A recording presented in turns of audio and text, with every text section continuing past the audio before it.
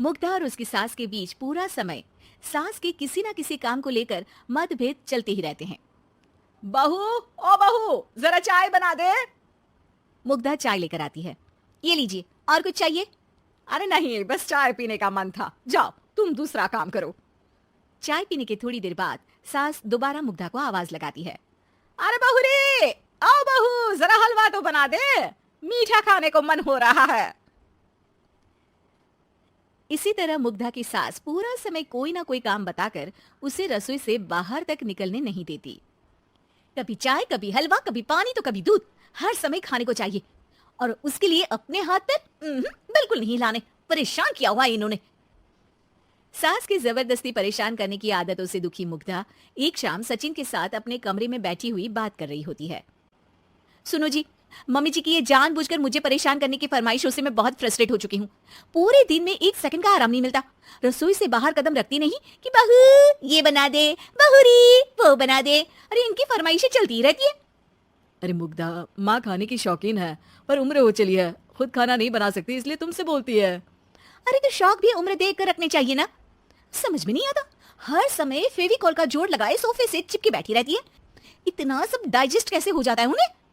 अरे तुम मेरी माँ से इतनी नफरत कैसे कर सकती हो? मैं उसे नफरत नहीं करती जी, बस परेशान हूँ।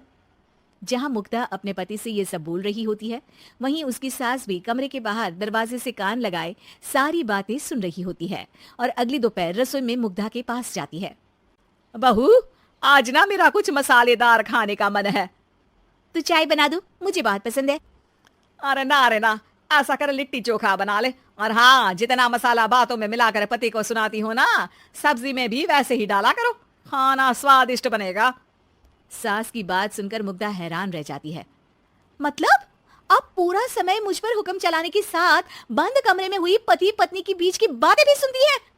अरे बात जब मेरी थी तो सुनने में क्या दिक्कत है? ये कहकर सास वहां से चली जाती है। अरे अब तो हद पार हो गई, इस तरह से तो ये मेरा जीना मुश्किल कर देंगी। मुग्धा सास की हरकतों से परेशान उसका हल सोचने लगती है और इसी तरह कुछ दिन बीत जाते हैं, जिसमें सास का जन्मदिन आता है। मुग्धा बहुत खुशी के साथ अपनी सास को एंड्रॉइड मोबाइल गिफ्ट करती है। मम्मी, आपको सबसे बात करने के लिए बहुत दिक्कत होती है ना, कभी सचिन तो कभी मुझे बोलना पड़ता है, पर इस मोबाइल से आपको कोई दिक्कत नहीं होगी। एक जगह बैठे बैठे बहुत कुछ कर सकती हैं अब आप। मोबाइल देख सासू माँ खुश हो जाती है, पर उसे इस्तेमाल करना तो आता नहीं, इसलिए साइड में रख देती है। जिसे देख मुग्धा घर का सारा काम छोड़ मोबाइल सेट कर सास को इस्तेमाल करना सिखाने लगती है, जिसके बाद अब सास पूरा समय मोबाइल में ही लगी रहती है। हाय, जब से मम्मी को मोबाइल मिला है मेरी लाइफ में कितनी शांति आई है। अच्छा है, इसी तरह बिजी रहे तो मैं भी सुकून की जिंदगी जी पाऊंगी। अब मुग्धा जब मन करे काम करना, जैसा चाहे वैसा खाना बनाकर खाना, पूरा समय रिलैक्स और खुश रहने लगती है।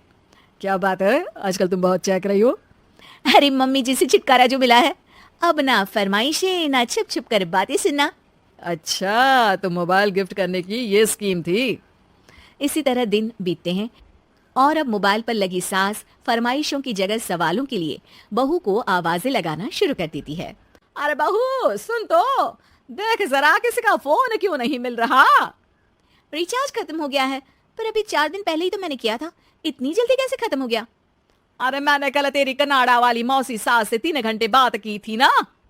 क्या? इतना महंगा तो मोबाइल भी नहीं आया जितना महंगा इसका रिचार्ज पड़ रहा है।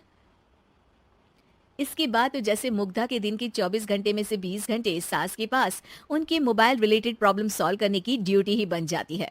अरे मुग्धा, ये मोबाइल में अचानक तेरी मौसी सास की शक्ल क्यों दिखने लगी? और ये तो हिल भी रही है। मम्मी, ये गूगल डुओ का वीडियो कॉल है, इसमें आप बात करने के साथ एक दूसरे की शक्ल भी देख सकती हो।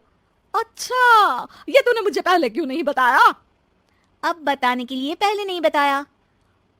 इसी बीच सचिन भी वहां आ जाता है और सास अपनी वीडियो कॉल में बिजी हो जाती है। क्यों, सास बहू में क्या गपशप चल रही है? इसे गपशप नहीं, दिमाग का दही होना बोलते हैं। पर तुम तो मम्मी को मोबाइल देकर बहुत खुश थी, फिर क्या हुआ? हाँ, उसका सुकून भी कुछ ही दिन मिला। अब घर के टंटे खत्म हुए तो मोबाइल की टिंग टिंग शुरू हो गई। देखो भाई, कुछ पाने के लिए कुछ खोना तो पड़ता है। आखिर तुमने मोबाइल अपने फायदे के लिए ही तो दिया है, तो फिर सवालों के जवाब भी देने पड़ेंगे, क्योंकि जब तक उनके हाथ में ये फुथरू रहेगा, तुम्हारी लाइफ में प्राइवेसी और सुकून रहेंगे। कहने का मतलब है अगर इससे प्यार बढ़े तो दाग अच्छे हैं। अरे मुझे पहले दिन से ही पता है मोबाइल किस मकसद से दिया गया है, भूलो मत, इससे पहले मैं बातें ही सुनती थी। सास की ये बात सुनकर मुग्धा शॉक में और सचिन हंसता रह जाता है।